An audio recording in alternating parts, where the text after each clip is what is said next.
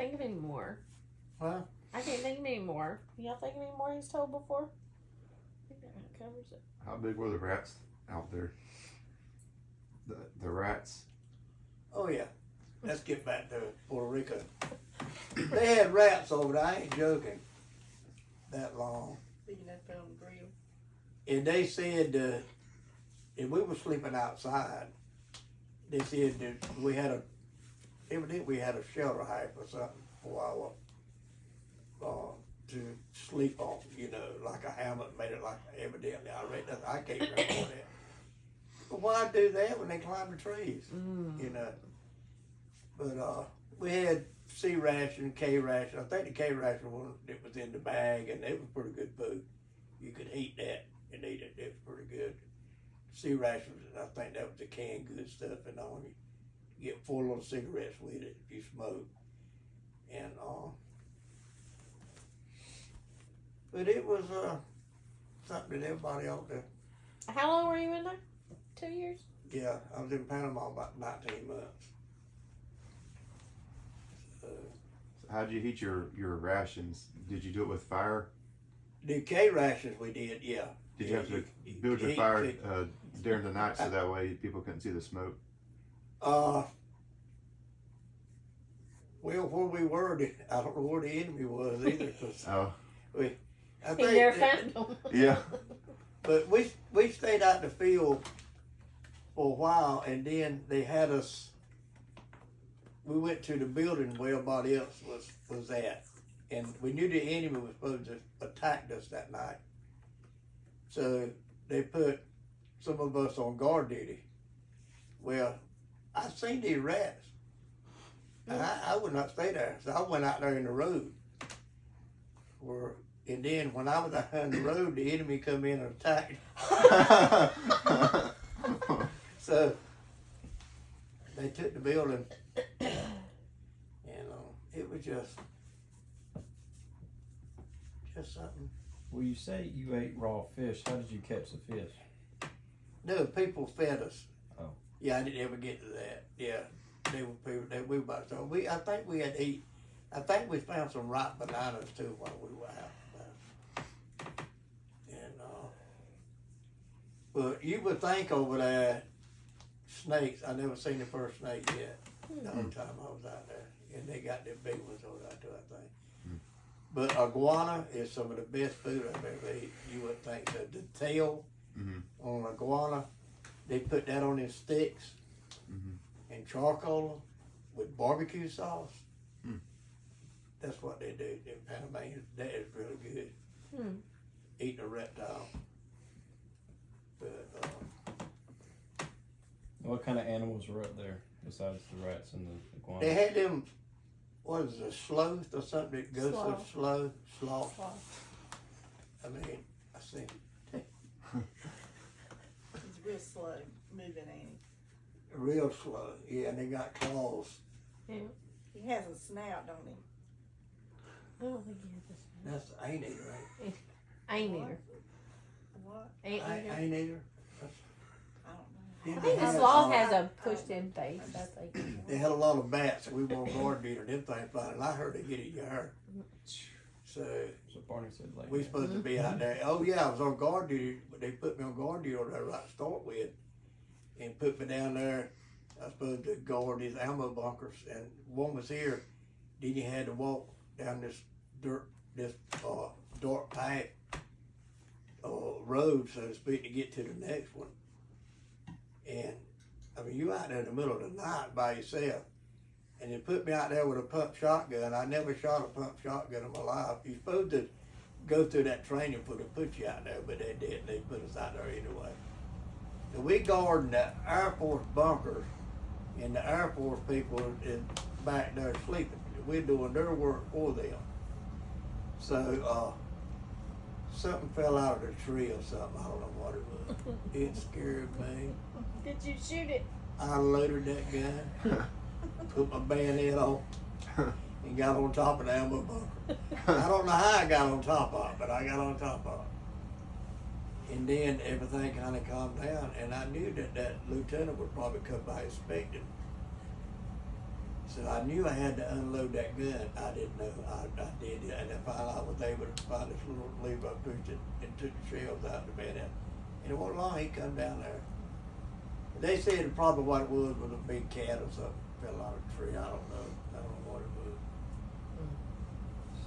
So So how were you? Because I know there was a lot of people that was sent to Vietnam during that time. How were you able to get out of not going to Vietnam, but you went to Panama? I don't know, cause a lot of people over there put in for Vietnam, and some that come from Vietnam over there, they actually wanted to go back. And we had right many in our company and all that put in for Vietnam, and some of them didn't make it, so they got there. And we had one captain that he was real good at what he done, cause he was strict. I mean, for running the company and all, but he got shot since he got over there. But, What years were you in? 65 through 67. And y'all got married in what year? 69. Well, Panama, is that on the side that the people are coming in through the fence and all that, you know, the border? You want that? Ain't Panama close to the border? No, Oh, it ain't? no. You can actually drive to Panama through Mexico. You can. I found out that you can drive. It's actually in South America. Yeah, you got when they did the Panama Canal, they threw that little. Was that the Cape of Good Hope or something they do? You looking at the wrong one. I have no idea. But anyway, and then after I left, it wasn't long to get the canal back to the Panamanian. And actually, the government over here was actually what was really keeping that place over there going. I mean, Panama downtown was just like any other town to start with. Then it's nice. So, I mean, the food and all was pretty good. I had the SOS was good, which I'm not gonna say what it was, but you get the same thing at Hardee's on the biscuit, the gravy biscuit and all. So And when you one day I said, that's one of the best looking steaks I ever seen. I cut in that thing, it was liver. Oh man. Liver. Grainy. No. So when you said you were there 19 months, like you legit left and didn't come back for 19 months. A year Oh and a no. half. I come home on leave maybe once or twice. I remember my first Christmas over there, that was something else. But I come home on leave, and actually you can get a hop from Kobe Air Force Base if you could get on their plane, you know, free hop to Charleston. Well, being the person who I was, I get there and I let anybody get in front of me, you know. Then I couldn't get on. I had to go back. I said, well, I'm still going. I checked how much money I had. So I got to Atlanta, Georgia, and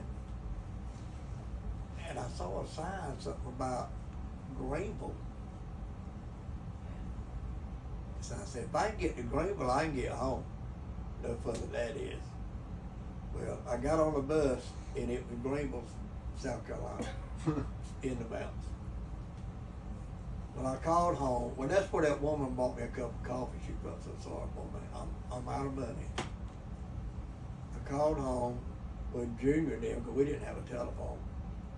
So Daddy and Junebug come over, and that's when Daddy told her to slow down, son. And I don't know what the speed limit was then, but Daddy said he run by 80. And it probably wasn't that much then. But anyway, they got me, come home. And when I went back, actually, I think I was a day behind. But they didn't do nothing to me, so. And I got out at Charleston and come home, and after we had left there, I had a choice to take a chance on not going back in the Army for 2 years or go into a reserve or something. So I just took a chance, and I had to go back for 2-week training one time at Charleston. Because I was able to drive my car down there then. I wasn't in the Army then, so to speak. I made E5 in about 17 months, which is good. And most about all we were doing there when I got out was pulling guard duty. And, so I didn't see no fight. They said they had a riots downtown, but we didn't go down there then. Well, maybe if you would have signed for 2 more years, you would have got sent to Vietnam. Yeah, they want to know, you know, they said I automatically get E6. I was E5. And I said, no, I didn't want to go back in there. Some people goes in there and retire today. If you could join, most time when you join, you kind of get a job like you want. And some people goes in there and finish school, go to college, different things like that. But being drafted, I was infantry the whole time. Walking over here, and then when I went over there, I was in the mechanized unit, which was, I was driving a personnel carrier. So, yeah, and I wrecked one of them. That wasn't my fault. It won't. No. Nothing is. Ever No. is. No. This might have been we were doing the movie. I don't know. I don't think that was the movie. But I was the lead track, and it was so dusty on it. The one behind you couldn't see. And I'm going around, you haven't seen the curves, I was going around that thing right sideways in the mountains over there. Then I would get to a certain place, stop it, pull the lever, let the people down. Well, they said they're going to put me behind and let somebody else lead the next time. Well, we did, they pulled around, we got around, got there, and they stopped, and I didn't. And you talk about, I think the thing weighed about 11 tons. And yeah, had to get that fixed.